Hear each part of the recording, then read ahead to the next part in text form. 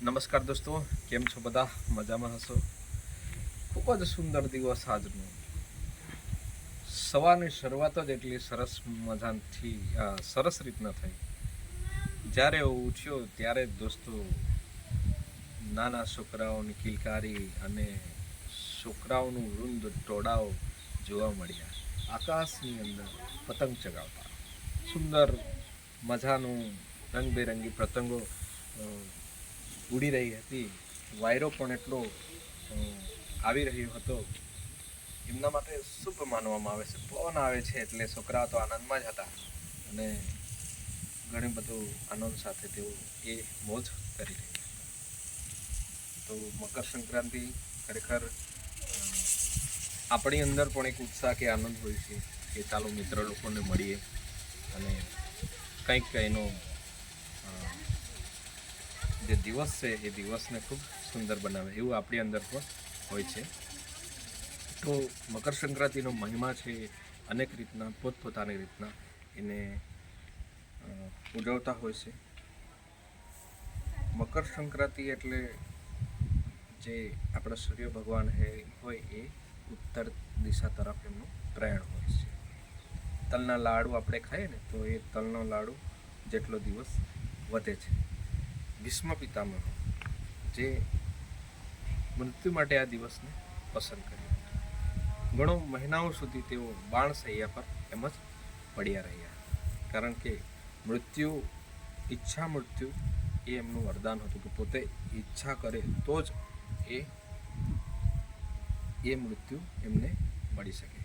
એટલા માટે એમણે આ દિવસને પસંદ કર્યો હતો ઈચ્છા મૃત્યુ માટે. એટલે એનું એ રીતના પણ ખૂબ જ મહાત્મય હોય છે. ત્યાર પછી પ્રયાગમાં અબેહાલમાં તો જોરદાર કુંભ મેળો ચાલે છે. સેંકડો ભક્તોનો સૈલાબ લાગ્યો છે ત્યાં સ્નાન કરવા માટે, કેમ કે સવારનું સ્નાન એ ખૂબ જ પવિત્ર માનવામાં આવે છે, કારણ કે એ પવિત્ર સ્નાનનું પણ ખૂબ જ મહાત્મય હોય છે. એ રીતના જોઈએ તો એ હરેક ભક્તો માટે ખૂબ જ આનંદદાયક બાબત હોય છે. એ રીતના પ્રયાગ, હરિદ્વાર અને નાસિક અને ઉજ્જૈન, તો આ જગ્યાએ જે કુંભ મેળાઓ લાગે છે એનું મહત્ત્વ ભક્તિની રીતના ખૂબ જ અનેરું હોય છે. તો મેળો જે ઉનાઈનો મેળો છે એ મેળાનું આકર્ષણ પણ છે દોસ્તો. ત્યાં પણ ગામડેથી દૂર દૂરથી ભક્તજનો કે પછી ફરવાવાળા જાય છે ત્યાં માતાજીનું દર્શન કરવા માટે અને મેળાનો લાહવો લે છે.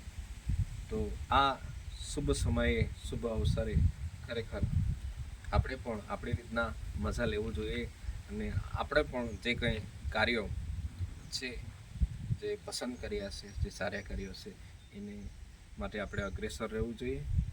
તો આ શુભ દિનને આપણે ખૂબ સારી રીતના શુભ બનાવી, આનંદમંદ કે મંગલમય કે ખૂબ ખૂબ સારું અને સારું જ બનાવીએ. તો આ સાથે જ આ નાના અમથા વિડીયોને આપણે સ્ટોપ કરીએ દોસ્તો. આજનો દિવસ આપણો શુભ રહે, આનંદમય રહે, મંગલમય રહે એવી શુભેચ્છાઓ. થેન્ક યુ દોસ્તો.